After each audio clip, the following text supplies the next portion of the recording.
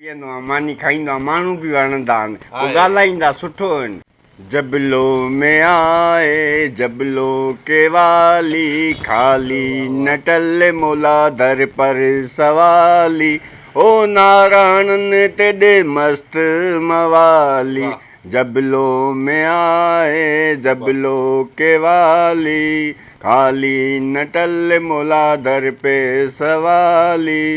मस्तानी दिया इन दुआ जगती लालण तेरे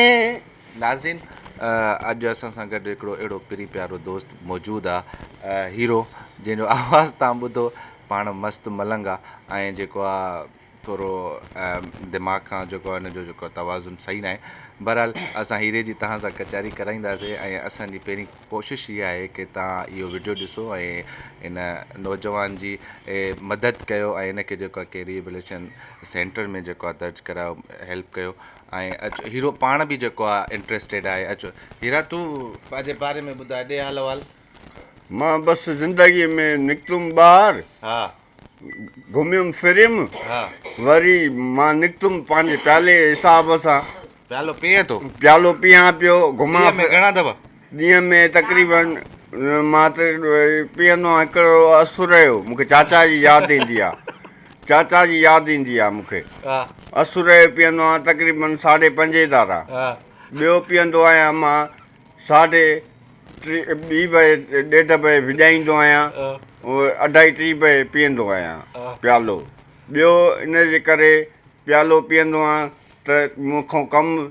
निबिरी वञे ॾींहुं गुज़री मानी खाईंदो मानी खाईंदो आहियां तॾहिं त वणंदी आहे नी प्यालो पीअंदो आहियां मानी खाईंदो आहियां माण्हू बि वणंदा आहिनि पोइ ॻाल्हाईंदा सुठो आहिनि हा प्यालो पीअंदो आहियां प्यालो न पीतल हुजे त पोइ कीअं माण्हू लॻंदा थी पोइ मथे में सूरु हूंदो आहे पोइ माण्हू ॾिसंदो आहे मुंहुं ख़राबु हूंदो अथनि अलाए छो प्याले में थोरी लज़त आहे कशिश आहे थोरी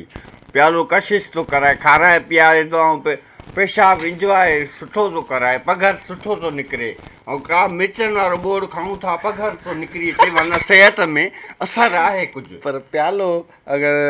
छॾी दे हा त तोखे असां ड्यूटी बि वठी ॾींदासीं तोखे जेको आहे असां सुठे घर में बि रखाईंदासीं ऐं उन खां बाद में 3 वक़्त जी मानी बि मिलंदई ऐं सुठी हिकिड़ी VIP लाइफ ऐं पघार बि मिलंदई पोइ तुंहिंजो छा ख़्यालु आहे मां बिल्कुलु प्यालो छॾींदुमि पहिरियों इंसान खे पंहिंजी लाइफ करणु खपे जेकी ज़िंदगी में बचियल आहिनि कमु अचे थी मरी थो वञे त बि पीउ माउ जो नालो अचे थो नालो हुजे ज़िंदा रहे ऐं हुन में असांखे बि कोई चए वाकई हा मेहताब बलोच आहे अलाह साईं फन ॾिनो अथसि बलोच जो ई भाउ आहे नाज़रीन वॾी हिकु गुलकार असांजी सिंधी मीडिया जी आर्टिस्ट आहे ऐं उन जेको आहे तमामु लोक जेको आहे गीत उहो ॻाईंदी आहे सेरा जेका शादियुनि में ॻाए वेंदा आहिनि उहो धरती TV ते हिकिड़ो प्रोग्राम बि कंदी आहे पाण तबियतनि बि ॾाढी बहितरीनु आहे ऐं जेको आहे उनजो जेको फ़न आहे उहो बि कमाल आहे पोइ फ़ैसिलो ॿुधा पंहिंजो छॾे ने हा छॾींदुमि बिल्कुलु छॾींदुमि पंहिंजो नफ़्स कंट्रोल आहे त माण्हू छॾींदो असांजी ऑडियंस आहे न उन सां वाइदो करियो सर तव्हां सां वाइदो आहे मां छॾींदुमि मुंहिंजी ज़बान अटकी थी पए मुंहिंजो ॾंदु भॼी पियो ॾंद जी हयाती वॾी पर भॼी पियो बेद मुश्क ॾिठो मथां थो किरे ख़्वाब में पर घर में भॼी पियो बेद मुश्क उहो बि पंहिंजे घर में हो हिकु दफ़ो लुॾे पियो घर में को जादू हो अलाए छा हिकु दफ़ो घुटा पिया ॾियनि माण्हू पोइ मां कलमो पढ़ियुमि भॼी विया ॼाओ हिकु दफ़ो मुंहिंजे हिते आयो मस्जिद ते वियुमि ॼाओ निकिरी वियो हिन मां टंग मां वारनि में चिंबड़ियो पियो ॼाओ